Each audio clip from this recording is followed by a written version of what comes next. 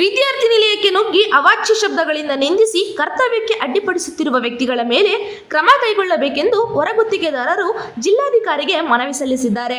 ದಿನಾಂಕ 15/4/2024 ಮಧ್ಯಾಹ್ನ ಕುಮಾರಸ್ವಾಮಿ ಸ್ವಯಂ ಘೋಷಿತ ಮಾದಿಗ ದಂಡೋರ ಸಂಘದ ಅಧ್ಯಕ್ಷ ಇವರು ಹೊರಗುತ್ತಿಗೆ ನೌಕರರನ್ನು ಕರ್ತವ್ಯದ ವೇಳೆ ಹೊರಗೆ ಕರೆದುಕೊಂಡು ಹೋಗಲು ಬಂದಾಗ ರಾಜು ಎಂಬ ಹೊರಗುತ್ತಿಗೆ ನೌಕರ ಪ್ರಶ್ನಿಸಿದ್ದಾರೆ.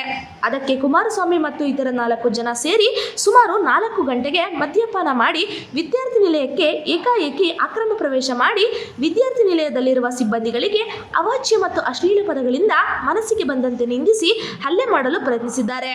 ಹಾಗೂ ದಿನಾಂಕ 16/4/2024 ಸಂಜೆ 4:30 ನಂತರ ಮದ್ಯಪಾನ ಮಾಡಿ ತಾಲೂಕು ಸಮಾಜ ಕಲ್ಯಾಣ ಇಲಾಖೆಯಲ್ಲಿ ಕೆಲಸ ಮಾಡುತ್ತಿರುವ ಹೊರಗುತ್ತಿಗೆ ಮಹಿಳಾ ನೌಕರರ ಮುಂದೆ ಅವಾಚ್ಯ ಶಬ್ದಗಳನ್ನು ಬಳಸಿರುವುದು ಮಹಿಳಾ ನೌಕರರಿಗೆ ಮುಜುಗರ ಉಂಟಾಗಿ ಭಯಗೊಂಡಿದ್ದಾರೆ ಮತ್ತು ಕಚೇರಿ ಜವಾನ ಪುಟ್ಟಯ್ಯ ಇವರಿಗೆ ಅಶ್ಲೀಲ ಶಬ್ದಗಳಿಂದ ನಿಂದಿಸಿರುತ್ತಾರೆ.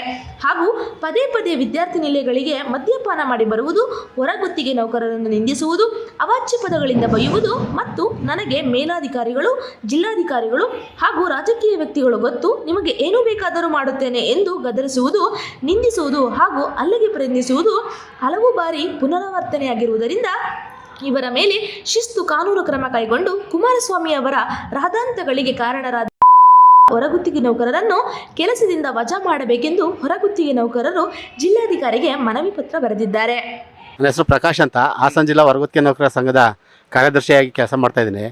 ನಮ್ಮ ಅಡುಗೆಯವರಿಗೆ ಎಲ್ಲ ಹಾಸ್ಟೆಲ್ಗಳಿಗೂ ಸಹ ಕುಮಾರಸ್ವಾಮಿ ಎಂಬ ವ್ಯಕ್ತಿ ಅವನೇನು ಸಂಘಕ್ಕೆ ಇದು ಹಾಸ್ಟೆಲ್ಗಳಿಗೂ ಮತ್ತು ಇಲಾಖೆಗೂ ಅವನಿಗೇನು ಸಂಬಂಧವೇ ಇಲ್ಲ. ಅವನೊಬ್ಬ ಮಾದಿಗ ದಂಡೋರ ಅಧ್ಯಕ್ಷ ಅಂತ ಹೇಳ್ಕೊಂಡು ಓಡಾಡ್ತಾನೆ. ಇಲ್ಲಿ ಇರೋರೆಲ್ಲ ಸಮಾಜ ಕಲ್ಯಾಣಕ್ಕಿದ್ದು ಆಲ್ಮೋಸ್ಟ್ ಎಲ್ಲ ದಲಿತರೇ ಕೆಲಸ ಮಾಡ್ತಾ ಇರೋದ್ರಿಂದ ಆ ದಲಿತರಿಗೆ ರಕ್ಷಣೆ ಕೊಡಬೇಕಾದಂಥ ಆ ವ್ಯಕ್ತಿನೇ ಬಂದು ಕುಡ್ಕೊಬಂದು ಹಂಗೆ ಮಾಡ್ತೀನಿ ಹಿಂಗೆ ಮಾಡ್ತೀನಿ ಅಂತ ಅವಾಚ್ಯ ಶಬ್ದಗಳಿಂದ ಹೆಂಗಸರು ಇದ್ದರೂ ಸಹ ಆ ಥರ ಮಾತಾಡ್ತಾನೆ ಅಂದರೆ ಅವನು ಯಾವ ಸೀಮೆ, ಅವನು ಲೀಡ್ರು, ಅವನು ನಮಗೆಲ್ಲರಿಗೂ. ಆದ್ದರಿಂದ ಅವನಿಗೆ ಆ ಎಮ್ಮನ ಫಸ್ಟ್ ಹಾಸ್ಟೆಲಿಂದ ತೆಗೆದು ಹಾಕಬೇಕು. ಮತ್ತು ಯಾವುದೇ ಹಾಸ್ಟೆಲ್ಗಳಿಗೂ ಸಹ ಅವನು ಬರಬಾರ್ದು. ಹಾಸ್ಟೆಲ್ಗೆ ಯಾವುದೇ ಹಾಸ್ಟೆಲ್ಗಳು ನಮ್ಮ ಹಾಸನ ಜಿಲ್ಲೆಯಲ್ಲಿ 23 ಹಾಸ್ಟೆಲ್ ಇದ್ದಾವೆ. 23 ಹಾಸ್ಟೆಲ್ಗಳಿಗೂ ಬರಬಾರ್ದು ಯಾರೋ ಕುಮಾರಸ್ವಾಮಿ.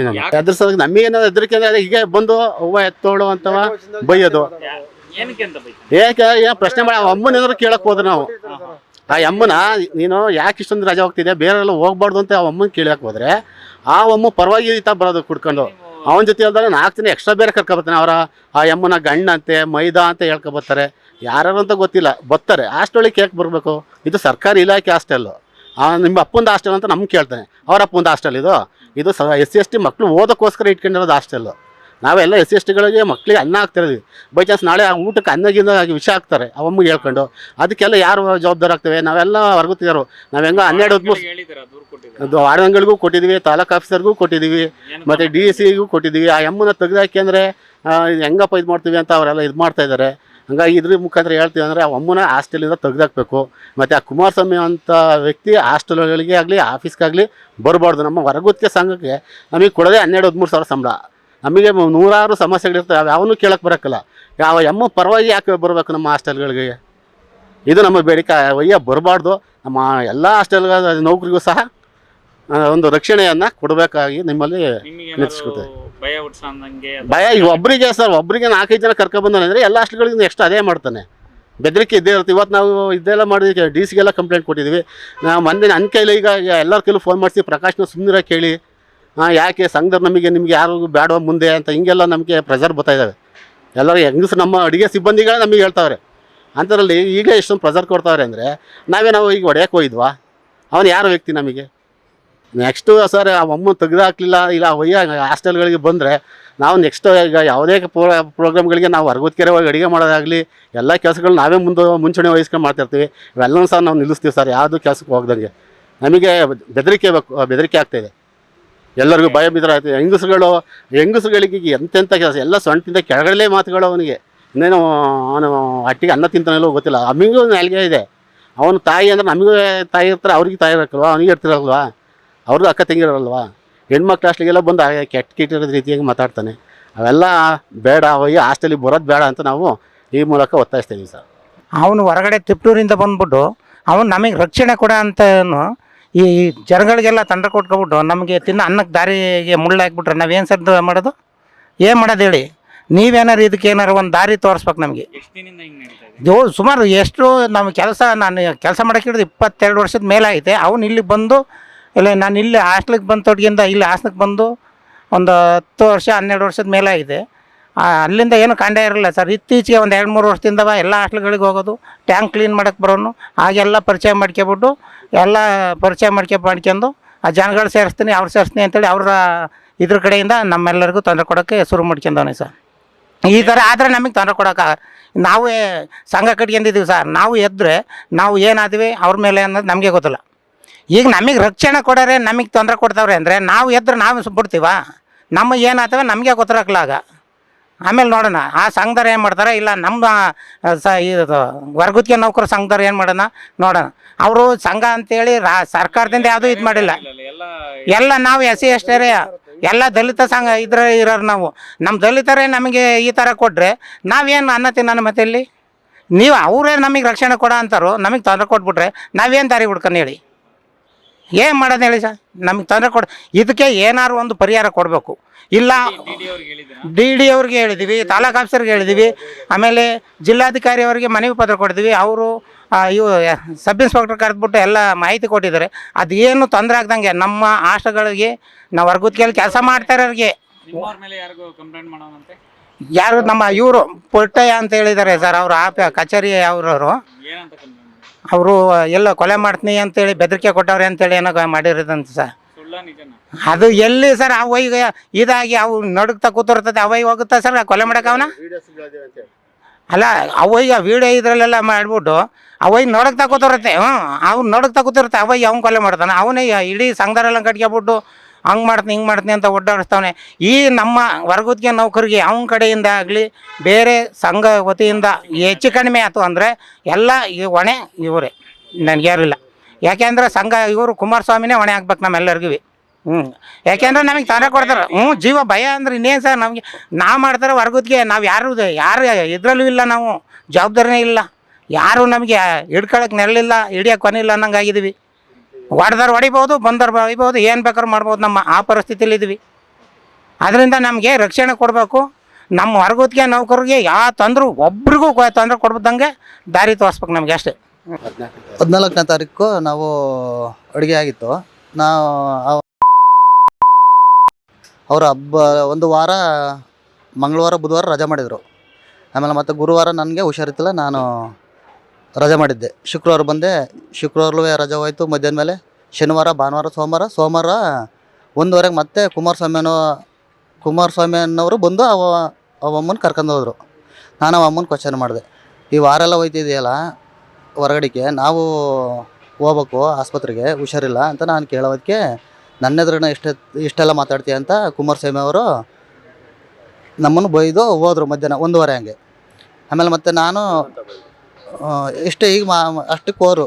ನಮ್ಮ ವಾರ್ಡನಿಗೆ ಫೋನ್ ಮಾಡಿದ್ದೀನಿ ನಾನು, ನಿಮ್ಮ ವಾರ್ಡನಿಗೆ ಅಂತ ಹೋರು. ನಾನು ಅವ್ರಿಗೆ ಹೇಳಿ ಕರ್ಕೊಯ್ತಾ ಇರೋದು ಅಂತ ಹೇಳಿದರು. ಸಂಜೆ ನಾನು ಟೀ ಕುಡಿಯೋಣ ಅಂತ ಹೊರಗಡೆ ಬಂದಿದ್ದೆ. ಆವಾಗ 4:15 ಹಂಗೆ 4 ಜನ ಕರ್ಕೊಂಡ್ಬಂದು ಕುಡಿದ್ಬಿಟ್ಟು ಅಡುಗೆ ಮನೆಗೆಲ್ಲ ಬಂದು ಕೆಟ್ಟದಾಗೆಲ್ಲ ಬೋದಾಗಿರು ಸರ್. ಇಲ್ಲ ಸರ್, ಅಲ್ಲೇನು ಮಾಡಿಲ್ಲ, ನಾವು ಇತ್ತಿಲ್ಲ. ಆವಾಗ ಇನ್ನೊಬ್ರು ಇದ್ರು ನಮ್ಮ ಸ್ಟಾಫರು, ಅವರು ಹಂಗಂತ ಹೇಳಿದರು. ಹಿಂಗೆ ಬಂದವರು ನಾವಿತ್ತಿಲ್ಲ ನಮ್ಮನ್ನು.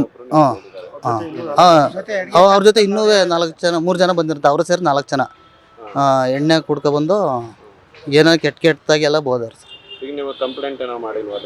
ಮಾಡಿದ್ವಿ ಸರ್. DC ಮೇಡಮ್ ಅವ್ರಿಗೆ ಮಾಡಿದ್ವಿ, ನಮ್ಮ ಸಮಾಜ ಕಲ್ಯಾಣ ಇಲಾಖೆ ಉಪ ನಿರ್ದೇಶಕರು ಅವ್ರಿಗೆ ಮಾಡಿದ್ದೀವಿ. ಇಷ್ಟೆಲ್ಲ ಮಾಡಿದ್ವಿ ಸರ್. ಕ್ರಮ ಕೈಗೊಳ್ತೀವಿ ಅಂತ ಹೇಳಾರ ಸರ್. ಆಮೇಲೆ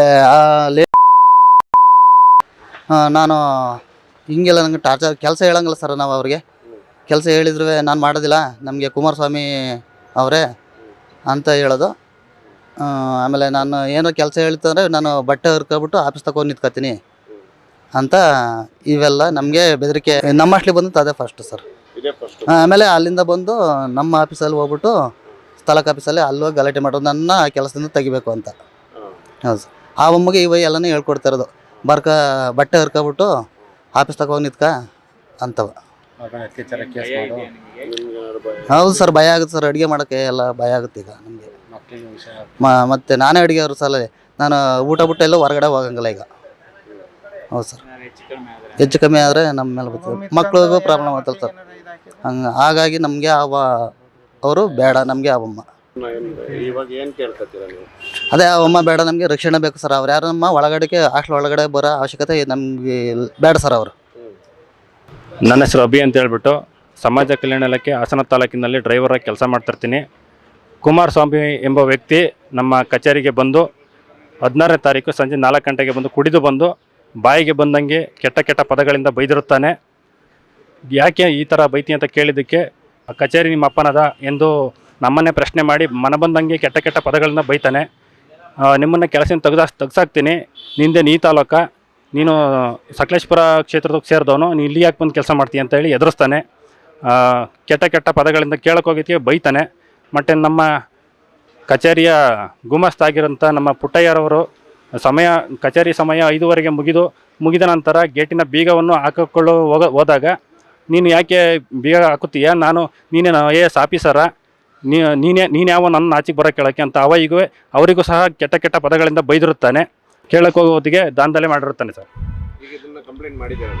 ಕಂಪ್ಲೇಂಟ್ ಮಾಡಿದ್ದೀವಿ, DC ಅವರಿಗೆ ಮನವಿ ಕೊಟ್ಟಿದ್ದೀವಿ.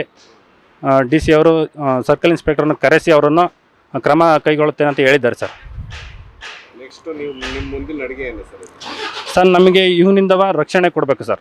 ಯಾವುದೇ ರೀತಿ ತೊಂದರೆ ಆಗದಂಗೆ ಮುಂದೆ ಇವನು ಯಾವುದೇ ಕಚೇರಿಗಳಿಗೆ ಬಂದು ಕುಡಿದು ಬಂದು ಗಲಾಟೆ ಮಾಡೋದನ್ನು ತಪ್ಪಿಸಬೇಕು. ಕಚೇರಿ ಕೆಲಸಕ್ಕೆ ತೊಂದರೆ ಆಗದಂಗೆ ರಕ್ಷಣೆ ಕೊಡಬೇಕು. DC ಅವರಿಂದ ಮತ್ತು ಪೊಲೀಸ್ ಇಲಾಖೆಯಿಂದ ನಾವು ಮನವಿ ಮಾಡ್ತೀವಿ ಸರ್. ಕಚೇರಿಗೂ ಕುಮಾರಸ್ವಾಮಿಗೂ ಏನು ಸಂಬಂಧ ಇಲ್ಲ. ನಾನೊಬ್ಬ ಲೀಡರ್ ಅಂತ ಹೇಳ್ಕೊಬಿಟ್ಟು ಬರ್ತಾನೆ, ಬಾಯಿಗೆ ಬಂದಂಗೆ ಮಾತಾಡ್ತಾನೆ. ಇದು ಫಸ್ಟ್ ಅಲ್ಲ, ತುಂಬ ಸಲ ಆಗಿದೆ. ಇದು ಅತಿರೇಕಕ್ಕೆ ಹೋಗಿರೋದ್ರಿಂದ ನಮಗೆ ಬೇಜಾರಾಗಿ ಇವತ್ತು ಮೀಡಿಯಾದ ಮುಂದೆ ಬಂದಿದ್ದೀವಿ ಸರ್. ಅವನು ಕೆಟ್ಟ ಕೆಟ್ಟ ಪದಗಳಿಂದ ಬೈತಾನೆ, ಅದನ್ನು ಸಹಿಸ್ಕೊಳ್ಳೋಕ್ಕಾಗಲ್ಲ ನಮಗೆ. ನಾವೇ ಈ ಕಾನೂನು ಚೌಕಟ್ಟಿನೊಳಗೆ ಇರೋದ್ರಿಂದವ ನಾವು ಅವನಿಗೆ ಕೈ ಮಾಡೋಕ್ಕೆ ನಾವು ಹೋಗಿಲ್ಲ. ಈ ಕಾನೂನು ಕ್ರಮ ಕೈಗೊಳ್ಬೇಕಂತವ DC ಅವ್ರ ಮುಂದೆ ಬಂದಿದ್ದೀವಿ ಸರ್. ನಾವು ಪೊಲೀಸ್ ಅವರಿಗೆ DC ಅವರೇ ಮನವಿ ಮಾಡಿದ್ದಾರೆ ಸರ್. ಅವರು ಕರೆಸಿ ಮಾತನಾಡಿದ್ದಾರೆ, ಅವರನ್ನು ಕ್ರಮ ತಗೋತೀವಿ ಅಂತ ಹೇಳಿದ್ದಾರೆ ಸರ್. ಸ್ಥಳೀಯ ಹಾಗೂ ನಿಖರ ಸುದ್ದಿಗಾಗಿ ಸಬ್ಸ್ಕ್ರೈಬ್ ಆಗಿ ಬೇಮಾ ವಿಜಯ ಡಿಜಿಟಲ್ ಯೂಟ್ಯೂಬ್ ಚಾನೆಲ್ ಹಾಗೂ ಪಕ್ಕದಲ್ಲಿ ಕಾಣುವ ಬೆಲ್ ಐಕಾನ್ ಕ್ಲಿಕ್ ಮಾಡಿ ಕ್ಷಣ ಕ್ಷಣದ ಅಪ್ಡೇಟ್ಗಳನ್ನು ಪಡೆದುಕೊಳ್ಳಿ.